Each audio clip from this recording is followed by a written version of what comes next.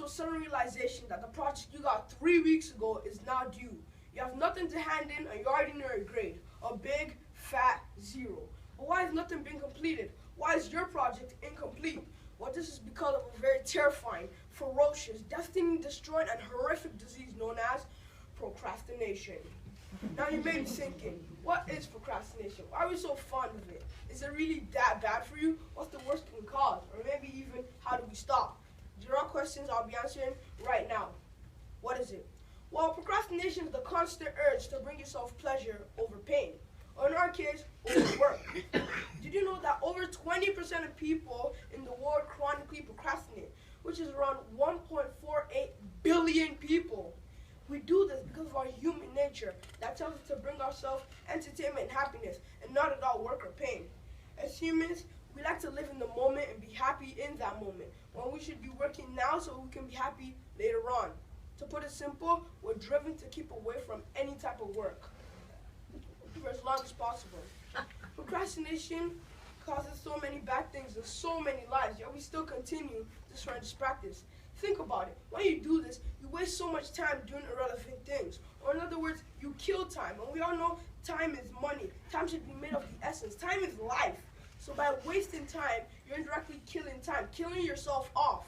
We justify this because we say at first, this episode's only 30 minutes, and my project is due in 3 weeks' time. Now look, 30 minutes of the time you could have been working is gone. We all know no one stops there. We continue to procrastinate, never thinking about the consequences of our actions. You know, it also comes with the inability to achieve goals or complete tasks, because you're given a amount of time to do something.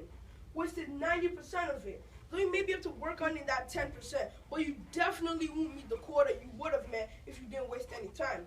And no, this isn't just a problem with us students in school, but with many adults in the real world. Thousands of adults have lost their job due to the inability to complete tasks given to them by higher authorities.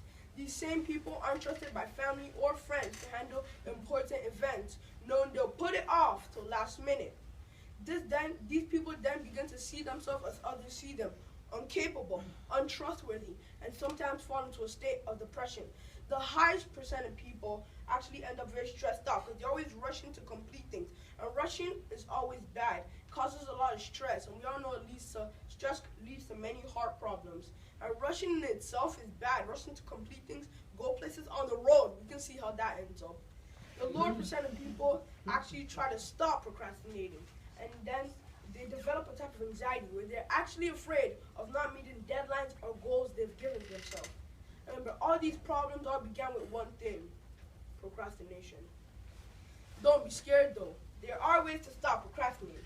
It's really simple. We value things like TV, distractions, video games, etc. because it means we get to be lazy, which our body values much more than all other things. But you can break the hold upon yourself, what psychologists call subjective value. So you place the value of one thing above the value of another.